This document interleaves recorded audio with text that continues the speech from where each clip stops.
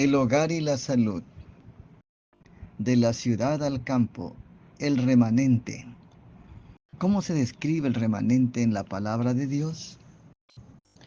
Encontramos en Apocalipsis 12:17.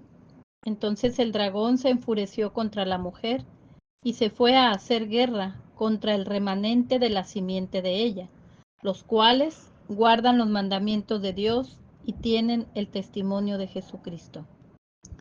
La plenitud de Cristo ha de ser representada, ha de ser presentada al mundo por quienes han llegado a ser partícipes de su gracia. Han de hacer por Cristo lo que Cristo hizo por el Padre, representar su carácter.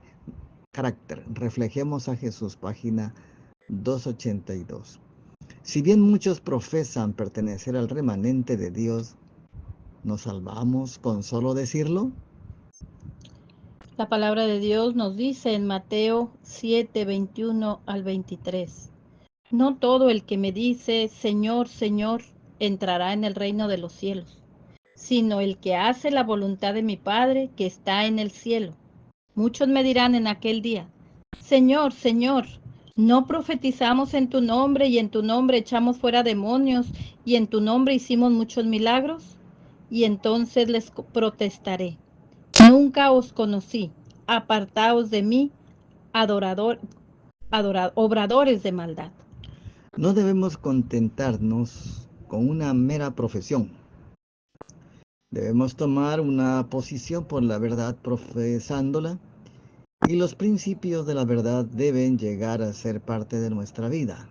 David Geral, 1 de octubre de 1889. Hay muchos que nada saben del nuevo nacimiento. Ellos ignoran que la verdad los probará y pondrá de manifiesto si están o no en la verdad. Debemos mirar que nadie nos engañe. Debemos saber si estamos realmente arraigados y fundados en la verdad. El Señor desea que tengamos la plenitud de su bendición, para que no estemos al lado del que cuestiona y del que duda, sino que tengamos discernimiento espiritual y podamos distinguir la voz del verdadero pastor de la voz de un extraño. Debemos tener una experiencia individual. No os lisonjearéis de que porque habéis hecho una elevada profesión, sois la luz del mundo. La pregunta es, ¿sois la luz del mundo o sois las tinieblas del mundo?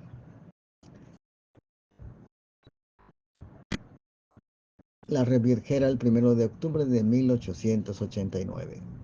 ¿Cómo se califica cuando cumplimos con algunos de los requerimientos de Dios y descuidamos otros? Santiago 2:10: Porque cualquiera que guardare toda la ley pero ofendiere en un punto, se hace culpable de todos. Santiago 4:17: Así que al que sabe hacer lo bueno y no lo hace, le es pecado. Razonando de causa a efecto, comprendemos que no es la magnitud de la desobediencia lo que constituye el pecado, sino el hecho de cambiar la expresa voluntad de Dios en lo más mínimo. Pues esto es una negación virtual de Dios, una rebelión en contra de las leyes de su gobierno. Señales de los tiempos, 10 de abril de 1893. Quisiéramos comentar, hermanos, que la ley de Dios, los 10 mandamientos, son 10, no son 9, no son 6, no son 7, no son 8, son 10. Conociendo los 10 mandamientos, sabiendo lo que es bueno y no hacerlo, esto es lo que causa el pecado. Bueno, pero hoy podemos encontrar que hay iglesias que dicen que ellos guardan los 10 mandamientos. ¿Qué pasa ahí? Bueno, es importante entender que si dicen que los guardan, tendrían que guardar el sábado, pero la mayoría guarda el domingo, hablando del mundo evangélico. Es que encontramos que hoy hay dos grupos. El grupo de los verdaderos hijos de Dios que guardan los 10 mandamientos, incluyendo en él el sábado, bíblicos. Pero hay otro grupo de personas que dicen guardar los 10 mandamientos, pero el sábado no lo guardan, sino que también guardan el domingo. Entonces, aquí en esta lección que acabamos de estudiar acerca del remanente, nos está especificando dos características que tiene que tener el verdadero pueblo de Dios, el remanente. Tienen que guardar los mandamientos de Dios y hasta lo especifica. ¿Por qué dice de Dios? Porque también hay mandamientos de hombres, donde en lugar de guardar el sábado que Dios instituyó, guardan el domingo porque a ellos así les conviene. Y también la otra característica es que tienen que tener el testimonio de Jesucristo. ¿Y qué es el testimonio de Jesucristo? El espíritu de profecía. ¿Para qué nos sirve el espíritu de profecía? El espíritu de profecía también es palabra de Dios, puesto que es una profeta que habla en el nombre de Dios. Y entonces esto enfatiza los eventos escatológicos que ya la Biblia menciona en Daniel y Apocalipsis. Los enfatiza, los esclarece y reafirma. Pero hay mucha gente que dice, pero Elena G. de White no está dentro de la Biblia. ¿Cómo podríamos explicar esto? Bueno, es muy simple. Hay profetas deuterocanónicos o fuera del canon. Por ejemplo, Juan el Bautista no está en el canon de los profetas. Sin embargo, el Señor Jesús lo consideró más que un profeta. Y aparte sigue la línea la línea profética y tiene las cualidades y características de todos los profetas. En otro tema podríamos hablar más acerca de ello, pero algo muy importante es de que aunque ella no se consideraba profeta, sino la sierva de Dios, sus escritos están ayudando en estos días en el área profética, en el área de la educación de los hijos, en el área de la salud, hoy la ciencia que descubre cosas interesantes y muy importantes, ya ella hace más de 100 años las había dicho. Es una prueba contundente de que ella es profeta de Dios. Aparte tenemos la palabra de Dios, ¿verdad? Que nos responde cuáles deben de ser las cualidades que tiene que tener un verdadero profeta.